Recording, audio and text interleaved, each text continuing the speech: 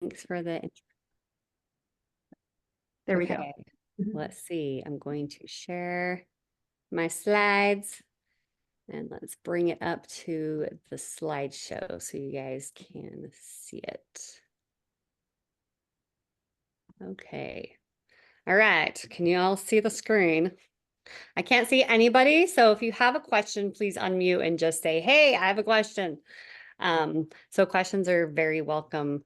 Want to answer all the questions. Love questions. I don't think there's any stupid question ever. That is my philosophy. So make sure that if you have something pop up, we can answer that for you and you can get to know what neurofeedback is. All right, let's see if I can figure out how to. Haha, there we go. So, so this is kind of like a little rundown menu of the slide deck. So we're not really going to go through that, but we're going to talk about brain mechanisms, what it is, what neurofeedback is, what kind of symptoms we use it for, conditions, what do sessions look like, what are some statistical impacts that we've seen around the country, and with HTPC or HPTC, sorry, healing pathways where I work specifically. So brain mechanisms, how does the brain function? So we know that we've known for very like 400,000 years that humans have known about chemicals, right? There's all sorts of herbs and chemicals that give us altered states of being. So we've known that for over 400,000 years, but we didn't know about our nervous systems until more recently. And the nervous system, we have learned, also helps move chemicals around the body. So also we know that the hormone system, it has two different systems. We have one system that's the endocrine system for hormones, but we also have the nervous system that also runs some of the rapid transmission hormones. Some of them like the dopamine, cortisol, adrenaline, maybe norepinephrine. Some of these like fast acting hormones are run by the nervous system. And so when our nervous systems are, out of whack, our hormones can be out of whack, our chemical transportation can be out of whack. Because neurology, as we know, the nervous system is the electrical energy system of the body. So the ion movement across cell membranes is what generates those action potentials. And they generate any electrical pulses in our bodies. And that is what the nervous system is. So when our nervous system is using those APs throughout our body, depending on how balanced or trained they are or not trained. So say you have a panic attack, those energy potentials are going wacko. Okay, so what neurofeedback is doing is we are training the actual nervous system of the body, which helps move all the chemicals, which helps move a lot of the hormones. So it helps the whole body kind of regulate and become more balanced. Any questions yet? You can't see anybody. So this is really weird. We know that the atom is 99.9999, percent energy. So the electrical system, again, the nervous system of the body. And when the brain is firing in coherence, I love this, I found this somewhere. I should have quoted it. But when the brain fires in coherence and resonance with the heart and body, it moves in the direction of synchronicity and feeling whole and healed. And has anyone ever heard of heart math or brain heart coherence? I'm really curious. You can't raise your hand at me. You got to speak up because I can't see anybody. This is Laura. I've heard of that. Yes. Yeah. Yes, and I have too, Claire Julian. Yeah.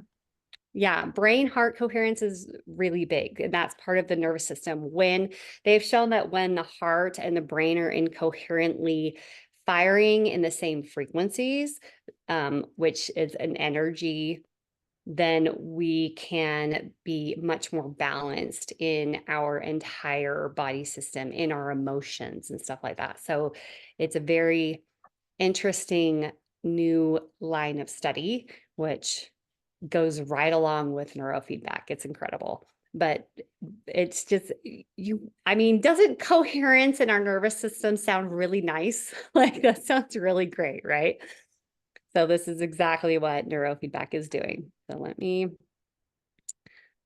okay, I'm guessing you can see a black box. So let's get rid of that.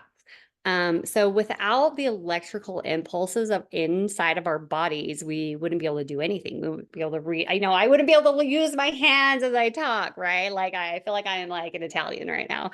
I wouldn't be able to react to pain. And we have systems in our body. We have the parasympathetic, we have the sympathetic systems, and some of those systems work faster or slower.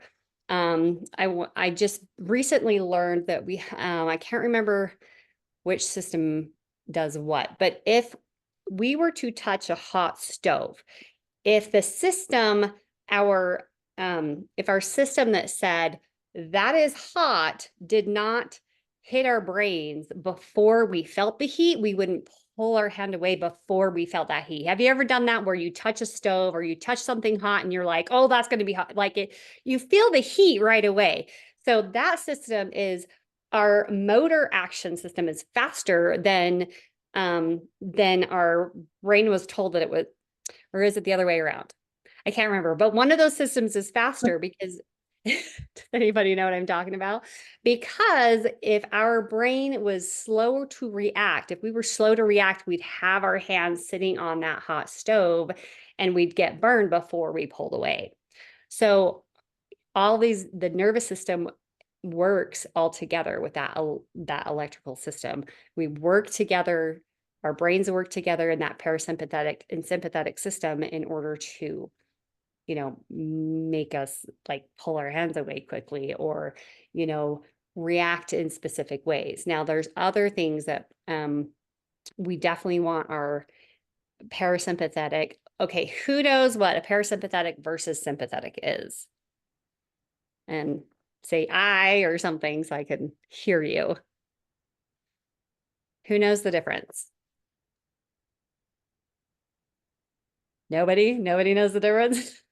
I'm sure you know the difference. So our sympathetic system is that one that we hear people say that's your fight flight system. And our parasympathetic is more of our calm system. Now we've also learned that there are two different, we have the dorsal and the vagal parasympathetic now. We're not going to go into that, but the sympathetic, our fight flight. The parasympathetic is our calm, relaxed. We can be socially engaged. We can feel love from other people. It is our social mechanism system. So if someone is in panic or anxiety, they're going to be in that sympathetic nervous system. Whereas they're calm, relaxed, they're having a good time with their friends, they're going to be more in that parasympathetic nervous system. And with neurofeedback, we can change a person that is used to being in that sympathetic nervous system. We can train their brain and body to get back to being baseline in that parasympathetic nervous system. We can help train their body to get habitually used to being baseline in parasympathetic instead of sympathetic. So a lot of traumas could be resolved, like trauma reactions, triggers. Any questions yet? We'll get there. No questions? Okay. I keep skipping over some. So one thing that neurofeedback is doing is we are changing the effects of the electrical timing between cell bodies. Okay, those neuron bodies from cell to cell to cell. We're helping balance that electrical timing and the connections. Now, there are so many connections in the brain. Okay, there's an average of 10,000 connections. Okay, from one neuron to another neuron, up to 15,000 connections. But that is just one neuron to another neuron, but it's equaling trillions of functional connections because with one neuron body, you could have hundreds of connections that you have one neuron body and then you have dendrites that go out. And those little dendrites, you could have hundreds of dendrites and each dendrite is going to a different neuron in the brain. Okay, so what neurofeedback is doing is we are working as a whole, and that's a lot of places for things to go right? But we are working as a coordinated whole in functional networks of the brain. So we're not just working on like one neuron, we're working on entire networks at a time to make the timing, to make the connections and the coordination be more balanced and synchronous, okay, and more stable, so that our bodies and brains can work better. We can be more coordinated. I've worked with a client once that had really bad balance issues after a TBI, after a traumatic brain injury. And after doing some neurofeedback, she was able to like balance again and not fall over or get dizzy as much. So there's a lot of different things that neurofeedback can do because it's working with all of these different brain connections. So, any questions? All right, I see chats. Maybe if you put them, let's see. It's just folks Yeah. asking about Okay. getting the slides with the recording. Okay. All right. You're welcome to type it in the chat. I can see it come up, so I'll just have to look through those. You're welcome to type any questions out that you have. All right, so the coordinations again, the coordinating of all the neural connection and timing matters a lot because there are a lot of like 0.15 quadrillion synapses in the brain. That's like more stars in the sky that we even know of. It's a lot of places where timing and coordination are relevant. So, has anyone known of a person that has had like a TBI or or major traumas in their life that they might react differently or have, you know, they might fly off the handle or they might be really triggered by a smell or something, anything, like so many things that neurofeedback can help with because we're literally working with the functional nervous system. All right, so basically what neurofeedback is it's feedback for the brain. We are asking the brain to do specific kind of exercises for itself and practice those exercises over and over and over, which strengthens the brain. So it's very non-invasive. The client gets to sit in a chair and I'll show you kind of a picture of what the actual scenario is for a session. But basically we're having the brain look at its own reflection in a mirror. And the brain's very egotistical. So it likes to change its behavior according to what's going to be healthy and feel good for it. So it's kind of like me getting in front of the mirror. Okay, does my hair look good for this presentation? You know, it's able to actually look in the mirror. So the client is going to sit in a chair and look at a screen, and the screen changes according to the client's brain waves. So I'll show you in just a second what that looks like. So has the brain ever gotten to look at its own behavior? The only way, not really, right? The only way a brain's been able to look at its own behavior is maybe through being very self-aware, like a person being very self-aware and seeing how other people react to what we are doing. But that's not quite the same as the whole, like your brain, your nervous system is literally being able to look at its own behavior, electrical behavior in a mirror, in a TV screen, and being able to exercise. So I'm going to actually show you this slide first, and then I'll go back. So this is what the loop kind of looks like. We have the client sitting in the client screen. They get a feedback screen for themselves. The electrodes are attached to their scalp with just like a paste, basically. They're really easy to pull off. The electrodes read basically the electrical energy, the frequencies that the brain is using, the brain waves. It goes to a amplifier, gets put into the practitioner's computer. The practitioner, we get to watch your brain waves. We get to decide what frequency that is good for it. And then basically the frequencies that are coming from the client, it's really fast and it goes in loop, and the frequencies are reflected in a way on the screen. Now, what that might look like is, say I have a movie playing for the client, that there might be, the movie screen will shrink and get bigger and shrink and get bigger. There's also like a fog. There's music that goes up and down. So depending on if that client, if the brain is hitting the brain waves that the practitioner is asking the client to hit, then the screen will change according to positive feedback. So when the brain is mostly making the frequency that the practitioner is asking that client brain to make, the client screen will change in a positive way, that the brain will be like, oh, oh, I'm doing that. And it can see its own reflection. Oh, that's what I'm doing. I'm doing that. And I want more of that positive feedback. So it's a positive feedback loop. It's literally like 95% positive feedback. So there's not a whole lot of negative feedback. So the brain is being very rewarded for being able to hit a positive frequency for itself.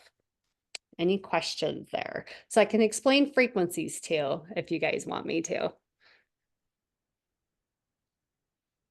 Questions. I want questions. All right, so let me go back then to some of my other slides. Okay, so back to the mirror. So basically the screen, the TV screen that the client's looking at. Is someone asking me a question? I think Kimberly might be talking, but I can't understand you. Kimberly, you're Kimberly, you're off mute, but we can't understand what you're saying. I'm gonna mute you, Kimberly, because we can't hear you. And if you have a question, you can put it in the chat. Yeah. Sounds very garbled. I'm not sure. Yeah. So there's a couple things that we work with when we're working with brainwaves and training with neurofeedback. We have an over-under arousal, which looks like your things like I'm getting an anxiety attack, I'm getting triggered, I drank too much coffee today. We have a lot of, like a lot of anxiety type disorders, sleep problems like insomnia, nightmares, hypervigilance, impulsive behavior, anger, aggression can also be in there, an agitated depression, chronic nerve pain, ADHD. There's a lot of things that are an over and under arousal. So that has to do with like our bodies are too used to being ramped up and in a beta frequency too often. So there's different frequencies our brain, and a beta is like a range of frequencies. So our brain uses thousands of frequencies. So we're going to train in frequencies, and we're going to train in different locations of the brain for neurofeedback, depending on what your symptoms are. So instabilities can be sorry about that. Instabilities are more like things that are easily, like, I think of them as like a teeter-totter. When our brain has a little bit of something over here, the teeter-totter goes, whew, if it's not balanced, it just will fall. So, so like an allergen is an instability. Migraines can be instability. Panic attacks can be instabilities. And there's differences between panic attacks and anxiety attacks in our work. Things like any sort of autoimmune disorder, seizures. So we work with all of those kinds of things, stabilizing the brain waves in order to not react so aggressively towards something like an autoimmune disorder or allergen. We can't necessarily take those away, but we're going to help stabilize, the neurofeedback is going to help stabilize the brain so it doesn't react so aggressively towards those things. So what can I help with? I've mentioned a bunch of things, but here's a bunch more. So let me see if I can move. I'm guessing you have like a black box. I can't move this box. I'm sorry. Trying to move it. So I'm seeing a black box, Tawna. Yeah. Okay. All right. Well, so like there's tons of things because we're literally working with the nervous system. Obviously, like traumatic brain injuries, it can help like regrow networks. It can help to exercise really weak networks, and it can help to diminish networks that are too strong. So something like a PTSD reaction is like you have a really strong reaction to specific triggers. It's a trauma reaction. So we can help calm that down so that you can react more normally to something. Autism is panic attacks. I definitely do that. Sorry, I what? definitely, I was just saying, I definitely need that so bad. It's like, what if you have like, not everything, but a good majority, definitely more than 50%, but like maybe You like could have, 75. yeah, you could have like one thing on here and come in and, you'll see like five other things that you didn't even realize you dealt with getting better because it's like all together. So you don't have to have anything big to come to neurofeedback either. It's like, it's helped me so much just kind of with like general like PMS mood changes throughout the month being a woman. Oh, It's nice. helped me, yeah, like so many things. It's going to stabilize our entire system. Um, Body awareness, that's a big thing I see with like my ADHD clients. A lot of times they have like lack of like less body awareness. And it's not that they're like autism, they're more sensitive, right? A lot of ADHD people might be less aware of certain things. And it helps with body awareness. One big thing I really see a change in is like their stress tolerance levels.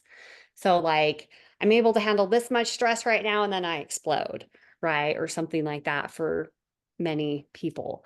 And it's Yeah. able to like really help with like my baseline's lower for one. It lowers that baseline of stress already and then helps you handle that stress in such a way that you're like, okay, I'm good. Okay, I'm good. That stressful thing's over. You can handle that stress just in such a better way.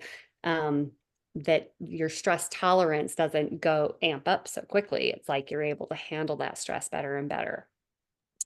It's like Rob has his hand up. Rob, if you wanted to ask a question. Let's see. Yeah, Tawna, thank you. Question for you. For all the clients you see, what's the percentage that actually have a real positive experience with neurofeedback? Because I'm just guessing some have a good experience, some maybe doesn't work, and then you try a different modality. Just kind of curious what your percentage has been. I would, for my own experience, over 5 years and the hundreds of clients I've worked with, I've probably had maybe 4 that haven't had a decently good experience with it. There's going to be clients that it works really fast for, and there's going to be clients that it's going to take longer for. So that was an excellent question because we'll get that question. It's not like a one and done kind of thing. So everybody has different brain issues. Like say you have one kid that was a meth baby, maybe their brain is not as developed. And then you have one kid that's super well developed, but he's got a lot of trauma, maybe starting at age 5. Their brains are going to be developed differently. So they're going to react differently to being able to train. So I would say the meth baby brain, they're going to take a lot longer because their brain is literally probably not as developed. So it's going to take a lot longer for their brain to recognize itself, to exercise, to grow. They just probably have less brain matter. It depends, depending on the kid. I'm just making a very general assumption. So the meth baby brain, they'll take a lot longer to get somewhere than maybe the kid who developed really well up until age 5, then had some trauma and then was okay, right? So it really depends on the situation. And that our intakes are very, very thorough. I would say I've even heard them say that they're much more thorough than even like a therapy intake because we need to know your history from birth, like from before birth. Like we ask prenatal stuff because we want to know how your brain has developed. So did that. Any more questions around that? There's It looks like Claire Julian has a question. Yeah, Tawna, thank you. I just wondered, one of the things on your list is memory loss. And I'm just wondering, would that also apply to dementia in elderly people? Yeah. Go ahead. Oh, and then I was going to add, would it also treat fibromyalgia? I have a client or two that suffer with that. So the dementia and possibly fibromyalgia. So any autoimmune disorder like fibromyalgia, it's going to help stabilize their symptoms, but I'm not going to be able to like take it away necessarily. So it's going to help stabilize, help them feel better throughout like flare-ups, like they're going to maybe flare less with allergens, any autoimmune thing. It can help stabilize those symptoms and not be as flary. Does that make sense?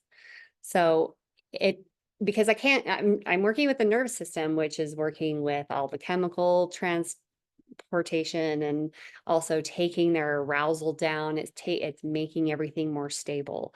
So it's going to definitely help stabilize things. I know we have one person that's doing some training for with her going through menopause, and the heat flashes are starting to like she's like, I don't have the heat flashes when I've done training. If I wait for a couple weeks and then they'll start kind of coming back.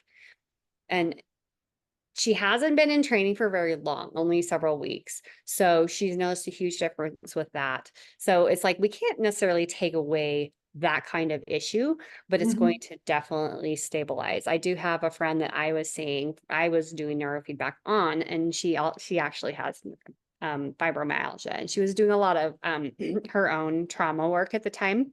And she's like, I don't think I could have done all of that without neurofeedback. I don't think I could have done the exercise, do the trauma work, do my own like 40-hour job without she said it really helped her get through all of that at once.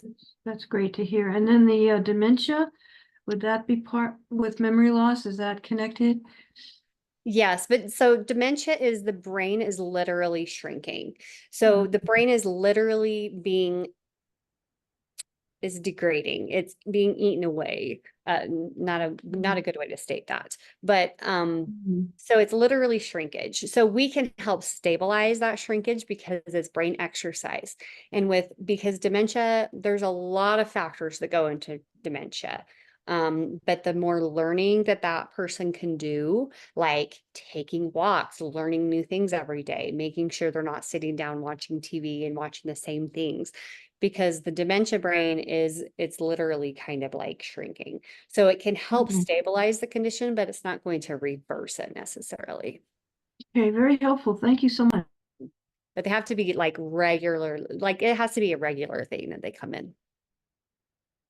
But absolutely.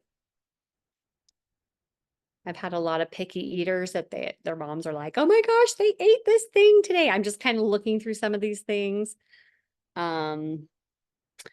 Let's see, definitely insomnia, taking away nightmares. I've had some narcolepsy clients. Agitation, absolutely. Seizures, I've had quite a few seizure clients that really help stabilize them. Migraines is huge, by the way. That's a huge one that we can just like, it seems to really stabilize. Migraines takes them away. Panic attacks, OCD, like all these things. I've worked with all of these things. So any more questions on?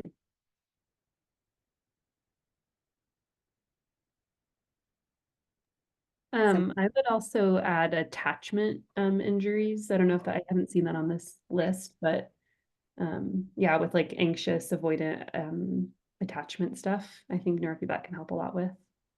Absolutely. Yeah, absolutely. How does it help with OCD? Well, OCDs can be problems of the brain being overactive in different areas.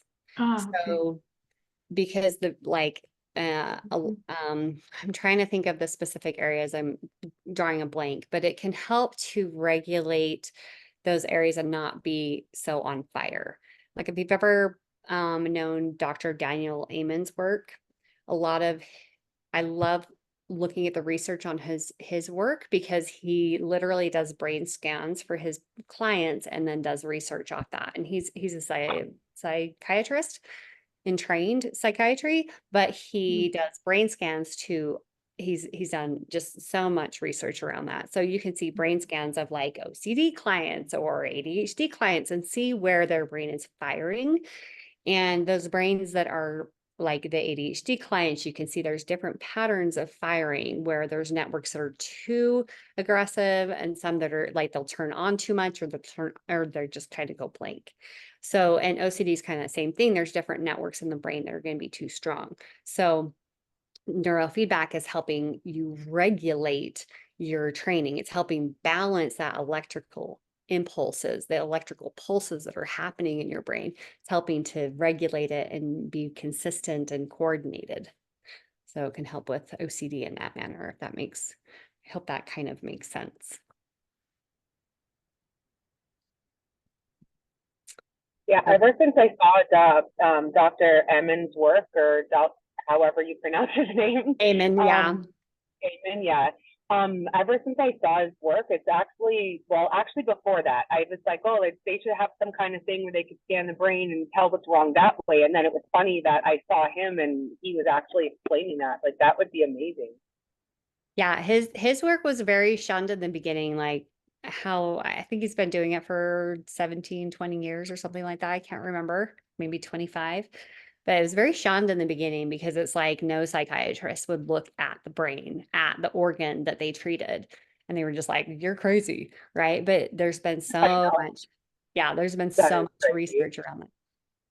Yeah, crazy for them to think that. Exactly. And that's like where neurofeedback is, you guys. That's what's amazing is like the more I learn about this, it's like, oh, that makes sense. That makes sense why it works. Like, you know, like the more I learn about it, I just get more excited about it. So one question, how does it work for attachment styles, like fearful avoidance attachment style, for example? So that's a great question. So I would say like, so if you have an avoidant, there's a fear behind why they're avoidant, and they're not able to face why they're avoidant. They're not even able to like sometimes like accept that they're an avoidant, you know? So I would say that it really helps people to actually be very self-aware. It helps us to be self-aware in a way that then it's like, oh, I just did that and it made that reaction in that person. And it helps us to like evaluate our own behaviors more cognitively in everyday life. So I would say that is probably a huge thing that a lot of my clients have told me over the years is like, I'm realizing, and even with kids, like the kids that I've worked on, I love working with kids because a lot of times they'll just become so much self-aware. Like, oh yeah, and I did that. And they're able to say sorry easier. They're able to be like, oh, I did that. That was stupid of me, you know, and but like feel confident in being able to say sorry and not feel the shame of it because it's like we all make mistakes. So it just helps us to like it grows your brain, you know, it just helps us to really be more self-aware and be able to accept our faults. And it's okay to be, everyone has faults, right? It's okay to be who you are. So I think in that way, Laura, do you have any other suggestions? Yeah, thoughts too. Yeah. So attachment trauma is very much so, you know, PTSD or complex trauma from early childhood. And so from like the disruption of our attachment with our primary caregiver. And there's a placement in neurofeedback on the head, T4P4, that is specifically for complex trauma. So even just training that part of the brain can help kind of it calms and stabilizes the nervous system so that we're not fearful or, you know, because avoidance and anxiety and attachment is a fear response. And so if we can calm that fear response and kind of access more prefrontal cortex, like Tawna was saying, then we can, you know, at least change behavior patterns because we're feeling more secure and calm and stable, if that makes sense. And one thing here, I'm going to, I hope I can be seen. One thing I'd love to do in session is to explain to my clients something from Dan Siegel, and he created the brain hand model, super simple. Whereas like, this is my body, this is my brain, this is where my eyes are. So when stimuli comes into your body, anywhere in your body. It's going to go to the back brain first, and then you're going to go to the midbrain, and then you're going to go to your cortex. So my fingers are the cortex. So the cortex of the brain is what helps us decide how to react. It helps us think before we act, helps us think before we speak. It helps us to, that's our higher level brain that helps We have us to be this. be humans. I'm just listening. I want to listen. Oh, Seema, you're okay. Maybe you're on mute now. So our higher level brain is what makes us human, to be able to not just be like basically reacting like a lizard all the time, right? So when we have something like PTSD, what is happening is the back of our brain and our bodies are so overly aroused that our cortex, they call it flipped. So we can't use our cortex when we are too anxious, when we're too over aroused, when we're too upset. When we're mad, can you use your cortex? Can you think? Or do you just like want to fly off the handle and say whatever is on your brain, right? You're not able to hold your tongue. You're not able to, maybe people aren't able to like hold their fists and they just want to punch, whatever. Okay. So if your cortex is flipped, you can't think. So one thing like with PTSD or autistic kids, this is one thing. Also with like, we were talking about the attachment styles, our cortex is more flipped because we're more triggered.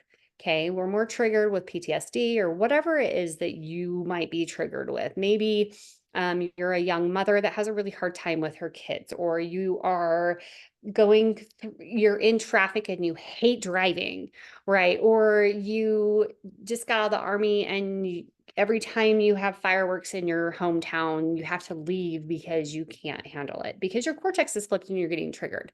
So what neurofeedback is going to do is going to train our systems to calm down, to be able to like handle those stressors that come in, those stimuli that come in. And then we can actually reach our cortex to decide what to do with the information that is coming into our systems. So that's a long explanation, but I hope that helps. It helps regulate your body so that you can regulate your brain and think with your cortex as a human instead of an animal. Interesting. Yeah, So I think that's that's a good way of Thank explaining it. I was just saying, I think that's a good way. That was a good way of explaining it. And like attachment, with you're triggered into an anxious state or into an avoidant state, that's essentially, saying you're not safe. You don't feel safe and secure in exactly. a relationship. And so you're more likely to react with anxious tendencies or avoidant tendencies rather than act according to, your prefrontal cortex. And so neurofeedback helps calm that and calm and stabilize that reaction, does maybe desire to react so that you're not as reactive. Yes, I love how you say that. Yes, your desire to relax, yeah, your desire to react. Yeah, instead you're able to think and like, how do I want to react? Do I want to react in a secure way that I know is healthier, or do I want to, react? So Or very, maybe very good. respond. Like, how do I want to respond? Can I Yes. respond rather than react? Yes, this is responding, this is reacting, right? That's how I like to bring it up in session. I'm like, yeah, I'm looking at the slides right here, creating a calm presence of mind, more thinking before acting, better emotional regulation. That's, less being overwhelmed. Like I have a client right now that gets, she calls it, what does she call it? She calls it project paralysis. Like whenever there's some project she has to do, cleaning the house, whatever the task is, she might get paralyzed because it feels overwhelming. So you're able to like really be like, okay, I can like put this out for like ADHD people. They have a hard time with like putting things into perspective and putting them in order. So you're able to like think through things and like linear ways, or, use your brain, use your cortex, basically. Looks like Rob has a question. If you want to jump on, Rob. Yeah, a quick question. You mentioned Dr. Amen. Do you use brain mapping with your neurofeedback practice? Do you integrate the two? So brain Not necessarily. So brain mapping, when someone refers to brain mapping, that is using a whole bunch of electrodes on all of the all of the main sites on the head that we use. And it's going to take like a 20-minute span of time and just see what your brain waves are doing for that 20 minutes. So when you're in a neurofeedback session, we use specific site locations depending on what we're trying to treat and what locations need to be treated for those symptoms. And we're watching the brainwaves live stream. So we're not just taking a snapshot of 20 minutes, we're actually doing that for the whole half an hour or however long you might be on the machine. Usually it's anywhere from half an hour to 45 minutes. So we're watching the brainwaves live stream as we're training. So we don't need to use the QEEGs, which is called the brain mapping. Right. Okay. Got it. Thank you. So because with the brain, another thing is because the brain is like a gray ball of goo, right? It's literally like soft tofu, soft butter. That is how soft it is. And it's just a bunch of gray matter. So it's not an organ that you can like usually see. Like Daniel Amen, they do brain scans according to the electrical activity. But it's not an organ that you can like X-ray or something and say, oh, there's a problem right there. So symptoms are the greatest way to see where the issues are. So we use symptom tracking every week. We're symptom tracking with our clients and asking lots of questions. Great. Thank you. Okay, so we already went through the loop and what it looks like. So some statistics we have like just after 20 sessions. So I haven't had the question yet, so I'll just answer it. How many sessions do you need in neurofeedback? 20 is a good minimal number. So 20, you'll see improvements. You'll probably see improvements within the first couple, but you'll definitely see more improvements after 20. Now, as I answered before, depending on the brain is going to depend on how many sessions you need and how long it takes to see different movements in certain people. So I find it a good average times are anywhere from 20 to 80. So it's a big range, but I'm probably on I don't even know. I don't have any idea what I'm on, but I still see changes like every time I've had it done or that I have it used on myself. So sometimes changes are also so minimal. It's like, oh yeah, I did do better with that reaction to something, or I did do better sleeping, but I didn't really notice because it's such a gradual, like such a gentle way to change that a lot of times we only use like a 10-point system for our symptoms. So like the worst symptom you can have is a level 10, but we often get down to the ones and like kind of stay there and sometimes have to reset. Like I've done this anyway, reset symptoms because they're still improving, but they're like, but I'm still improving and we're at a 1, but if I go to 0, that means I'm not improving anymore, right? So it's like, I wish I could have like a 100-point system for having symptoms tracked because it's kind of like, that's so much better. That's like 50% better than it was, but I'm still improving, like, or that's like 100% better than I was, but I'm still improving. Like, it's such an interesting, it's just like exercise, like, it's just the more you do it, the better you can get. There's no baseline for people because it's just however much that person can improve. Okay. So anyway, the statistical impact, let's get into some numbers.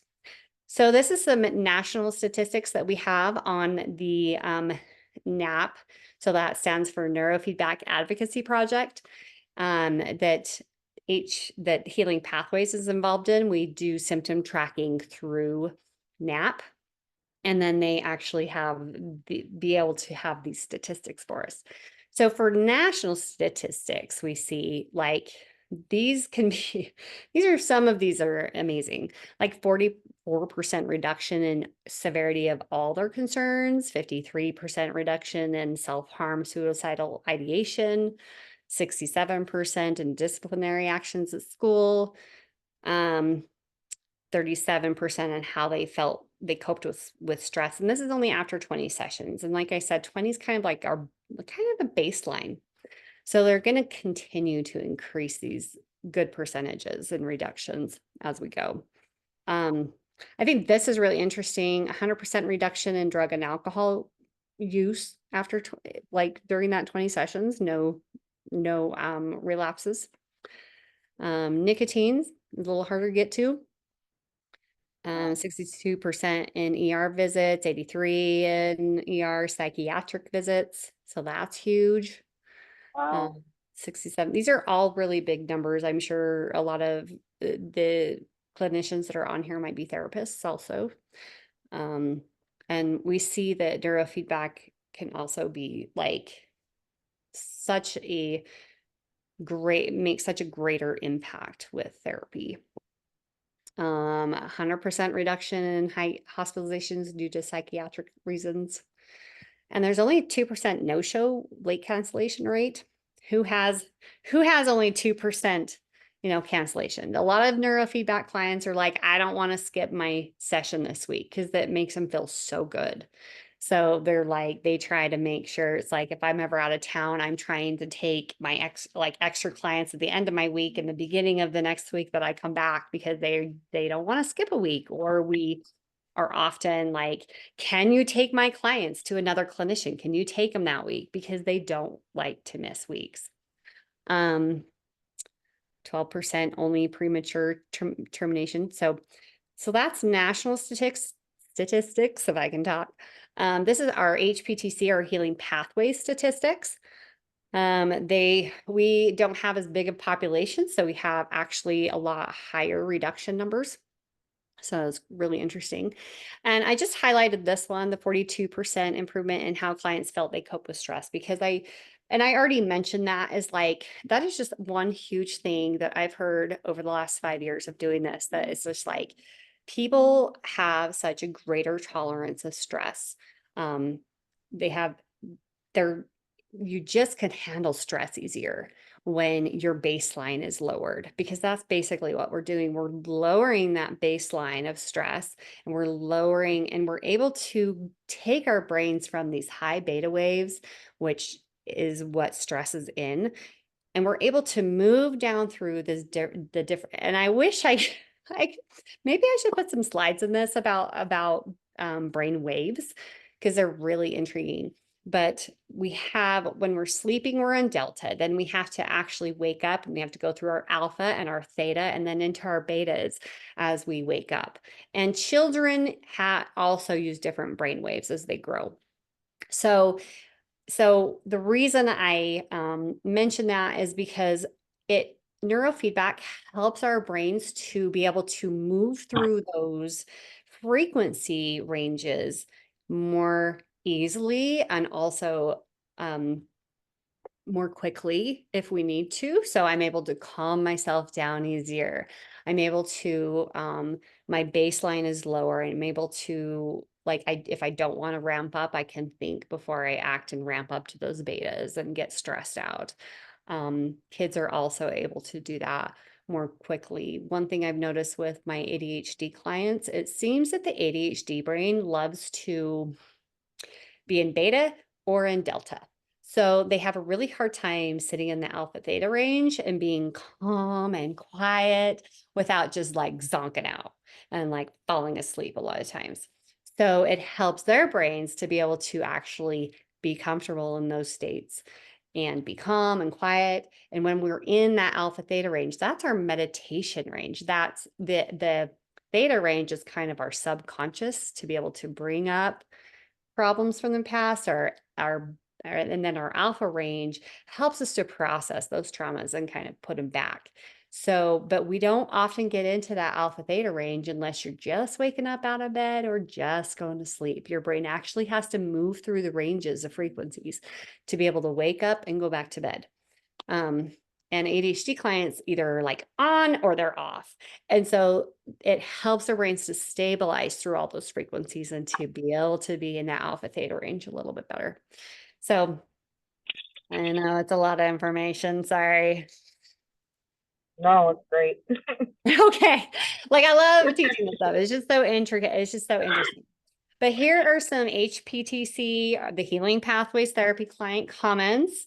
So how about will somebody help me read through some of these? I just find them really awesome. Does someone want to read one or two? I'm up for helping. This is Laura. And then we also have a question. So maybe I'll read a couple, and do you want to do a question after this slide? Yeah. Yep. I just have these and then kind of just some resources at the end. Okay, cool. Okay, so let's see. Out of all the things I have tried, this has absolutely helped the most. This is the client dad. Oh, okay. Client dad said he has made improvements in all areas where he was non-functioning, but now a normal person. Let's see. Neurofeedback. Sorry. Oh. Neurofeedback has been very calming and relaxing. I've been able to face the rest of the day with a better approach. I'm able to focus better and respond instead of react. I really liked neurofeedback. I feel like it is the easiest form of therapy. You get to come and sit, watch great shows, and heal your brain. It has helped with my sleep, headaches, emotional reactivity, and overwhelm. I don't know if anyone else wants to take the microphone and read a couple more. Sure, everyone. I feel like it just made me feel more normal every day. I feel like it's made me feel back to myself again. I'm more calm and less anxious. I think neurofeedback is a fantastic tool. I would like to use it to train further. Nice. Thanks, guys. My attention span's improved dramatically. My memory's sharper. I don't feel as reactive and flooded with emotion when flooded with emotions. Here's some more. It's an eye-opening experience. I love this one. Life-changing. That one's simple, short, to the point. It is. It's life-changing, people. It really is. There are those clients that are like, I didn't feel anything. And I wonder if they even have any mirror neurons, maybe they just don't have them in their brain. I don't know if they come, but I've rarely had the people that haven't had these kinds of comments. So, and it's like sitting, relaxing. It's some of the people love it. They love it. And for me, even I've had a couple of clients who, they're self-reporting, like, I don't feel anything. I don't feel anything. And it's often the clients who struggle with dissociation and don't have as much body awareness. And I found that one of my clients were into we just finished our 40th session, and probably about 5 sessions ago, 35 sessions is when she started noticing in session that she felt calmer. So sometimes it does take a little bit longer with some clients who, are more dissociative due to protective mechanisms. But I thought that was really cool. She could finally feel her body and notice the difference. So. And connect. Yeah. And that's what's amazing when you hit that, like, oh, this has changed, It's like, yes, we did it. It's like, we will have clients. I have seen many clients who go to therapy for 5-10 years. And then when they come to neurofeedback, they're like, I'm finally making dramatic changes that haven't happened in all my time of therapy. And I'm not I love therapy. So it's just a different modality that can really help people that haven't been able to have that kind of help. It's just an amazing new type of technology that we have. It's basically meditation on steroids, because we get to have them work on their brain waves right there with feedback that they've never seen before. It's really great in conjunction with therapy. I have noticed I see a lot of my clients twice in a week, once for neurofeedback and once for regular talk therapy, and especially the clients who I'm doing EMDR with. neurofeedback has been really great basis to help keep clients within their window of tolerance. So it's just such an amazing tool to have in addition to other therapeutic tools, or to complement other therapeutic tools. Funny, 'cause I I was was actually gonna- gonna ask that at one point if they ever had or could be combined with anything else or needed to be. Like, I know sometimes people just need talk therapy, other times people need talk and like somatics, for example, or like you said, talk in this, like neurofeedback. So Absolutely. You can combine it with any therapy. I don't know of anything you can't really combine with except for a drug therapy like the ketamine that we haven't seen a whole lot of, because it changes the brain so much with those chemicals, that chemical flood. So, but with other modalities of therapy, absolutely. Can I make a comment real quick, Tawna? This is Kristen. Yes, please correct me if I'm wrong. Yeah, and with ketamine and neurofeedback, what our consultant has kind of shared with us, like ketamine is actually breaking down neural pathways, and neurofeedback is trying to strengthen positive pathways and habits. So we just don't want to do them at the same time because they would work at odds with each other. So we usually pick and choose with our clients because we offer both, like, oh, this client needs neurofeedback first, or this client needs ketamine first, and then we'll often do the other later. But I wanted to make a comment as well on the benefit of neurofeedback to therapy clients. I always share this case study, but when my employees brought neurofeedback to Healing Pathways, I have one of my oldest clients. I've been doing work with her for years, trying to do EMDR, but she had so much trauma and was so dysregulated that EMDR was often exhausting for her. And when we had neurofeedback, I finally sent her for neurofeedback. And as she started going, we were finally able to do consistent EMDR, and we finally were able to get to a pretty horrible age 3, age 4 trauma that we hadn't been able to get to for like 8 years previous to doing neurofeedback. So it calms and regulates the nervous system. It resources the nervous system so they can do some of the harder trauma work that they weren't able to do before.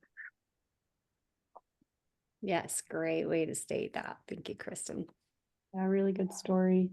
There was also Tiana. I don't know if you still have a question. And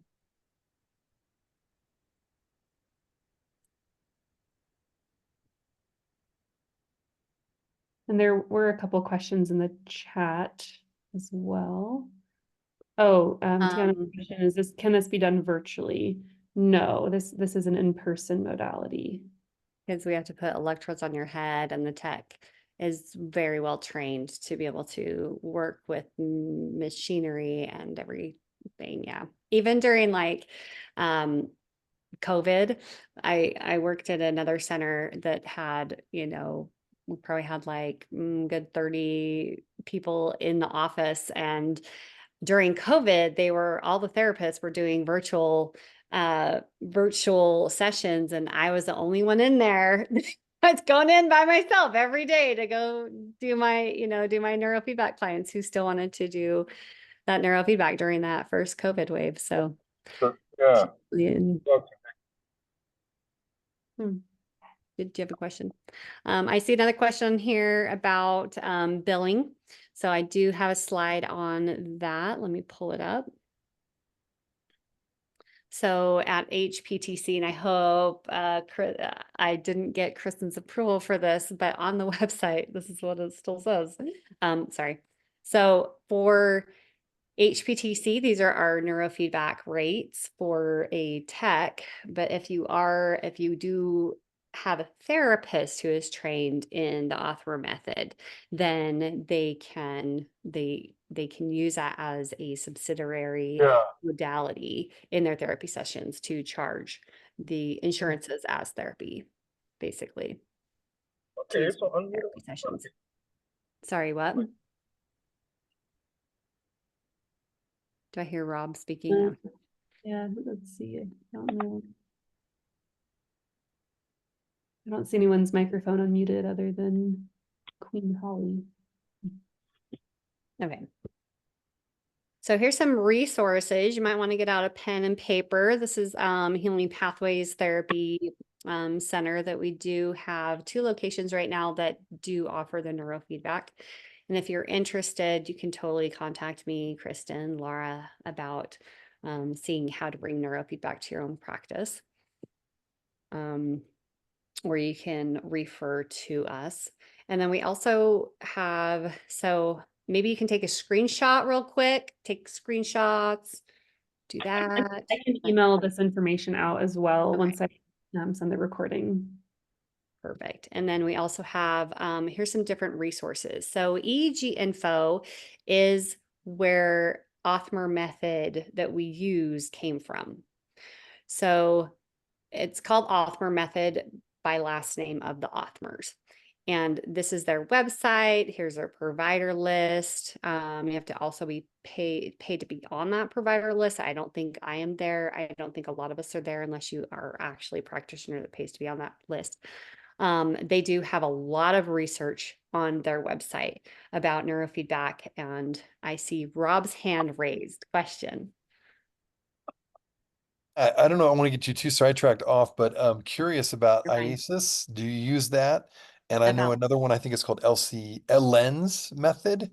I know we're familiar with the Infra-Low and the Othmer method, but we're just curious about IASIS and Lens, what you've heard of it. Have you utilized those? Are they as efficacious as the other ones? I have not heard of them. That is, will you type them out in the chat and I'm going to copy and paste them and look them up? I have not. There are a lot of different types of neurofeedback out there. Infra-Low uses, it's a very, very powerful because it's below there. We use harmonics of our normal rate frequency ranges, which actually it's kind of like creating a tsunami on the bottom of the ocean, which moves all the frequencies above it, where a lot of different neurofeedbacks don't use that Infra-Low method. So it'd be interesting to know about, because there are a lot of different types of neurofeedback out there. The Othmer method is probably the most used throughout the world. It's used in Europe a lot, throughout all of Europe and throughout all of the United States.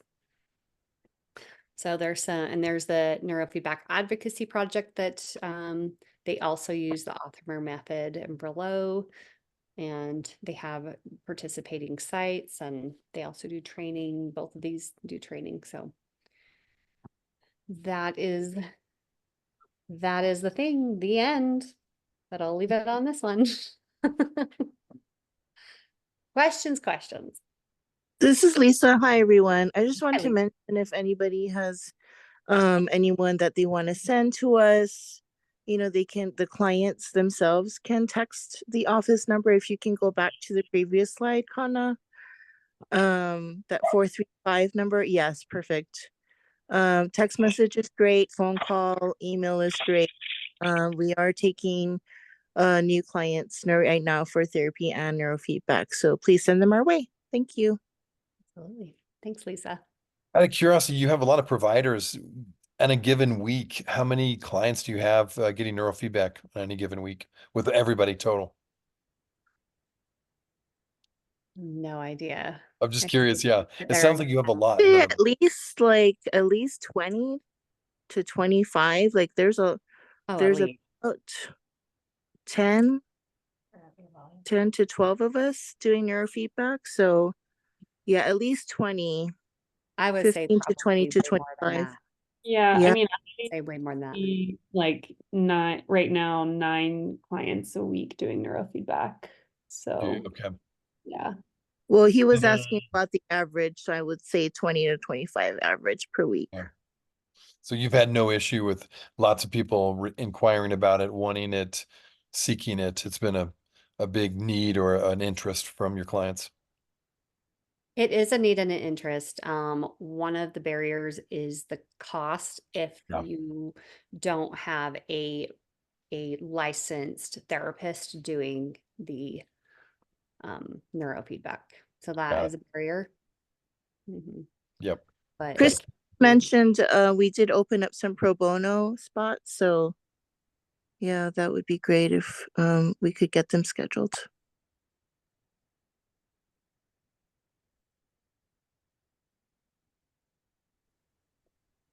Any other questions?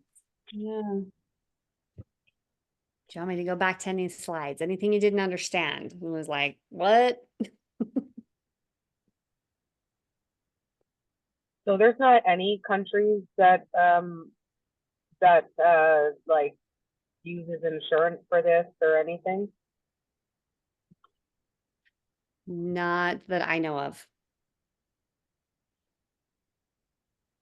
I know Kristen did mention that we have had the VA reach out. I believe it was the VA to try and get some vets in, I believe. So that would be a big step in the positive range of neurofeedback. That is one reason why we are doing symptom tracking and doing the statistics with NAP, that organization that I had on that last slide there, is because they are trying to see that advocacy of how amazing neurofeedback and what it can do to be able to get insurance to recognize it, to be like, yes, we need this on our insurance packages. Okay. That's what's hard, is it's not like you can't call up your insurance and say, do you cover neurofeedback? So that's why it is used like an art therapy or, a modality of therapy. And because the history of neurofeedback, it actually started in the therapy side of things. It didn't start in the medical side. It started on the therapy side. And so there is supposed to be an equal balance of, I know in Utah law, there is supposed to be an equal balance between what is covered medically and what is covered therapeutically, mentally. And I believe biofeedback a lot of time it's covered on the medical side, but it's still not covered. For everybody. Yes. Okay. Sorry, what? A question for you. If you had a technician who's not licensed, if they fell under or being supervised by a licensed therapist, could you bill insurance through the licensed therapist? We have done that. I have done that Okay. with two Got it. different practices. Yes. Nice. Yes. And then if you have coaches on your team that are trained, they can do neurofeedback even though they're not licensed as a therapist. Is that correct? Coach, is that like a trained tech? Is that what you're Yeah, saying? trained tech, exactly. Yeah, coach/tech. Okay. Yep. Yes. Yep. Perfect. Thank you.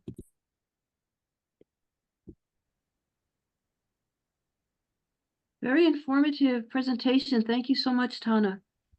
You're so welcome. Yeah, thank you so much. Once again, for those of you who joined a little later, if you're here for CEUs or would like a CEU, you can email me. I'll put it in the chat again. It's just ticnutah@gmail.com.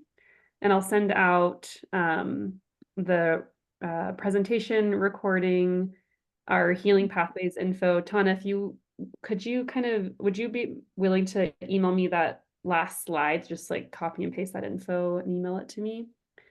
And then I don't know, Tawna, if someone asked about the slides, and I don't know what kind of information you're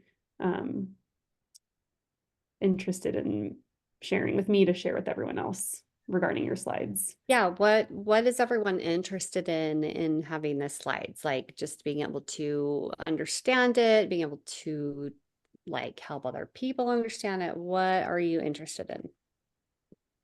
That, both of those, and also so I could go back and look at it, because with my ADHD brain, it's hard to take everything in and remember it all. Absolutely. Absolutely. So I can put it in PDF form. I will email that to Laura and she can email it out here, because I'm guessing you have, oh, and we do have, that's great, Kristen. We do have a referral questionnaire. So I'll send that out too. So we'll send you guys a couple of things on the email. Okay, And yeah, if anyone didn't sign up for this presentation via Eventbrite, because that's how I'm going to access all of the emails, You can still email me at TICNutah at gmail.com, so I can make sure to get you all the info. Okay. Any other questions, comments, concerns before we hop off? You guys have been a great audience. Thank you. Appreciate it. Yeah, All thank right. you, Tawna. Thank That you. was fun. Yeah, thank you for sharing all your information and your wonderful insight and learning. You're Thank so you. welcome. All right. Well, I hope everyone has a great evening and hopefully see you next time. Hey, Thank you. Have a good one. Take care. you too. Take care.